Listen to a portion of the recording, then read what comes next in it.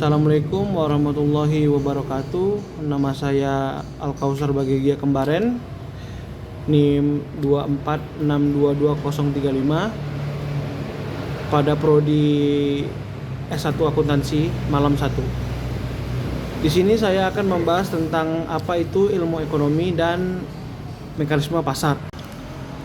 Ilmu ekonomi adalah ilmu yang mempelajari tentang bagaimana kita memproduksi sebuah barang atau jasa, lalu kemudian kita distribusikan kepada konsumen, serta berbagai masalah yang berkaitan dengan hal tersebut.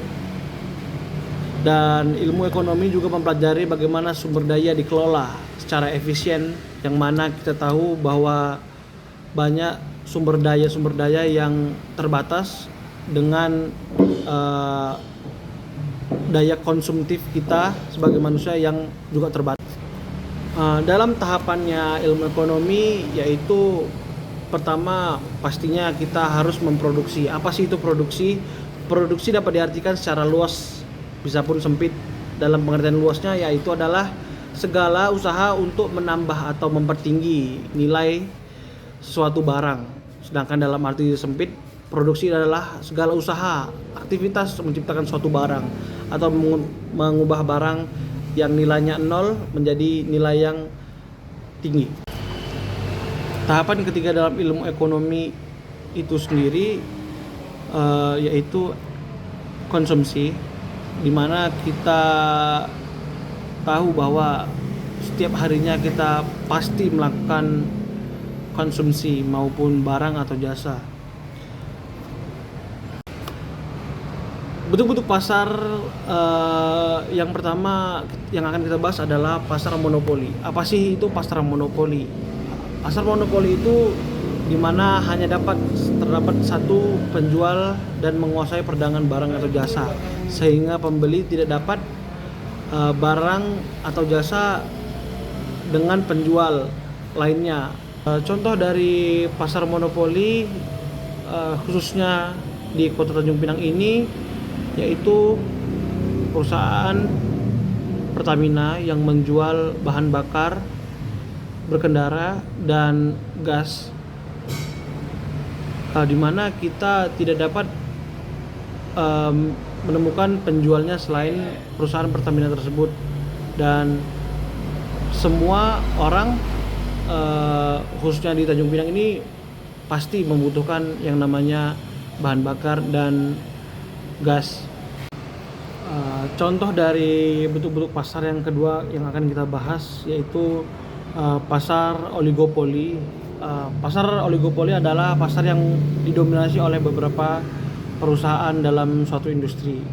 Ciri-cirinya yaitu terdiri dari 2 perusahaan atau lebih. Jumlah perusahaannya pun atau produsennya kurang dari 10%, dan produk-produk yang laris di pasar hanya berasal dari produsen atau perusahaan yang memiliki nama atau mereknya yang sudah dikenal banyak orang. Pasar selanjutnya yaitu adalah pasar persaingan sempurna. Apa sih itu pasar persaingan sempurna?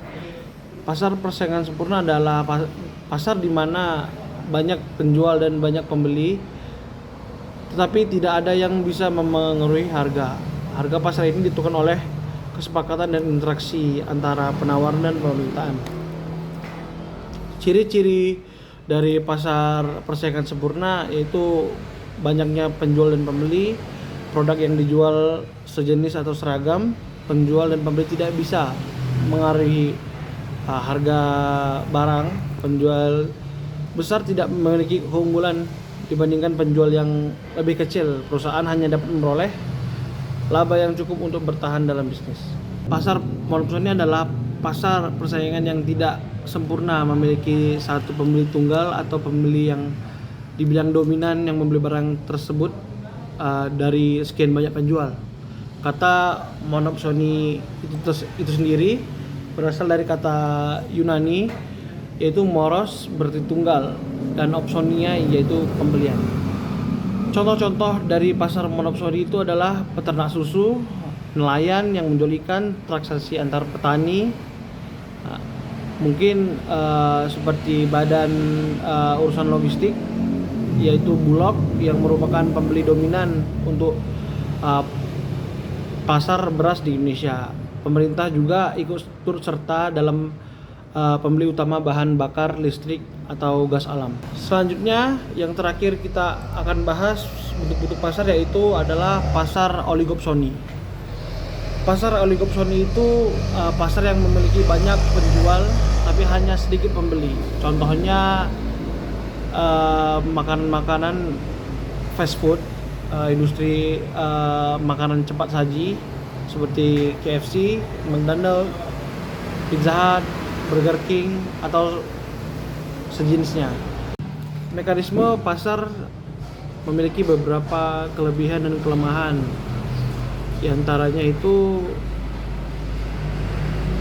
dari segi kelebihan, mekanisme pasar dapat memberikan informasi kepada produsen tentang apa saja permintaan dari konsumen. Mekanisme pasar dapat membantu produsen dan konsumen menemukan titik temu harga yang cenderung ideal. Mekanisme pasar dapat menjadikan alokasi sumber daya yang efisien. Nah, di kekurangannya, mekanisme pasar dapat menimbulkan ketimpangan ekonomi dan dapat memicu persaingan yang tidak sehat.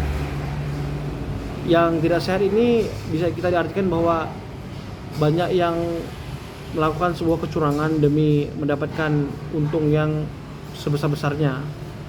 Selanjutnya, mekanisme pasar dapat menyebabkan jarak antara orang kaya dan orang miskin semakin melebar. Artinya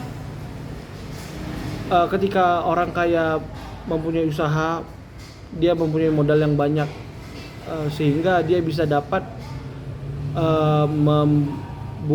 memproduksi barang atau jasa dengan harga yang sedikit lebih murah dan mengutamakan kuantitasnya, sehingga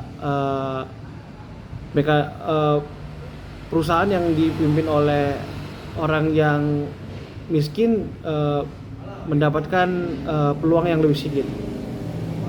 Mekanisme pasar dapat menyebabkan eksploitasi kaum buruh pemilik modal.